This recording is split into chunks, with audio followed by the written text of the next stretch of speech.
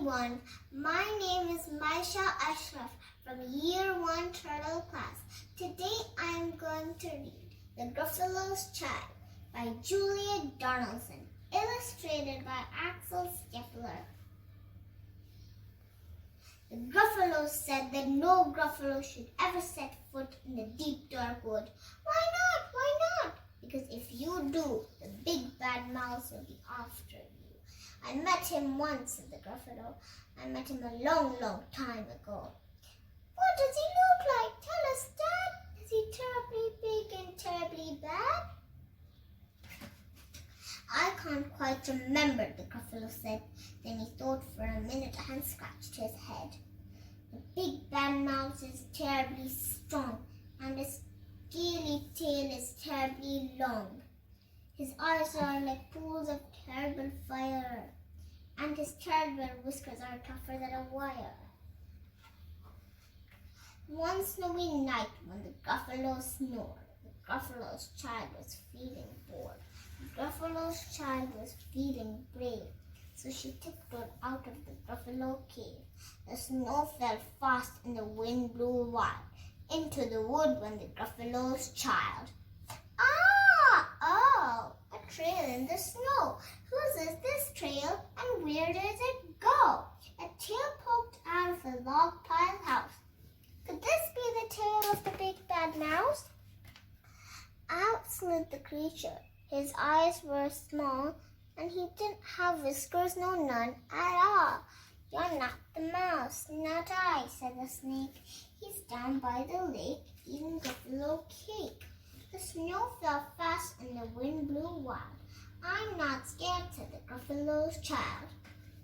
Oh, marks in the snow. Whose are these claw marks? Where do they go? Two eyes gleamed out of a treetop house. Could this be the eyes of the big bad mouse? Down flew the creature. His tail was short and he didn't have whiskers of any sort. You're not the mouse, too, who? Not I.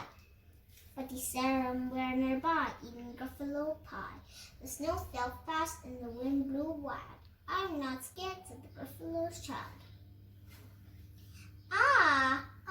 A track in the snow.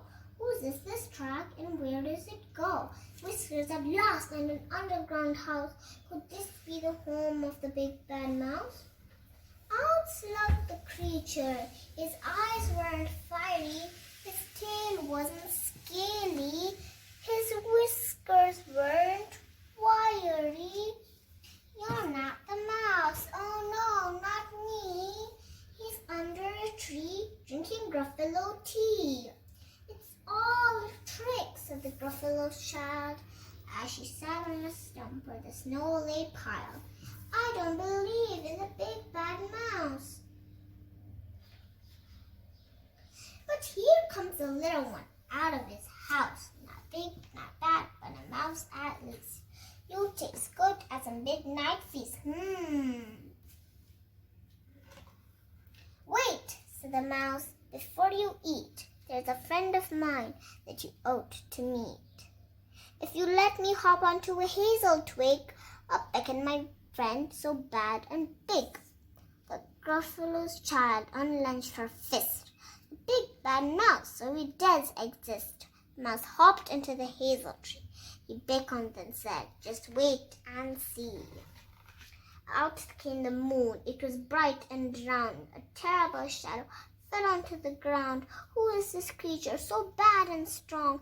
His tail and his whiskers are terribly long. His ears are enormous, and over his shoulder he carries a nut as big as a boulder.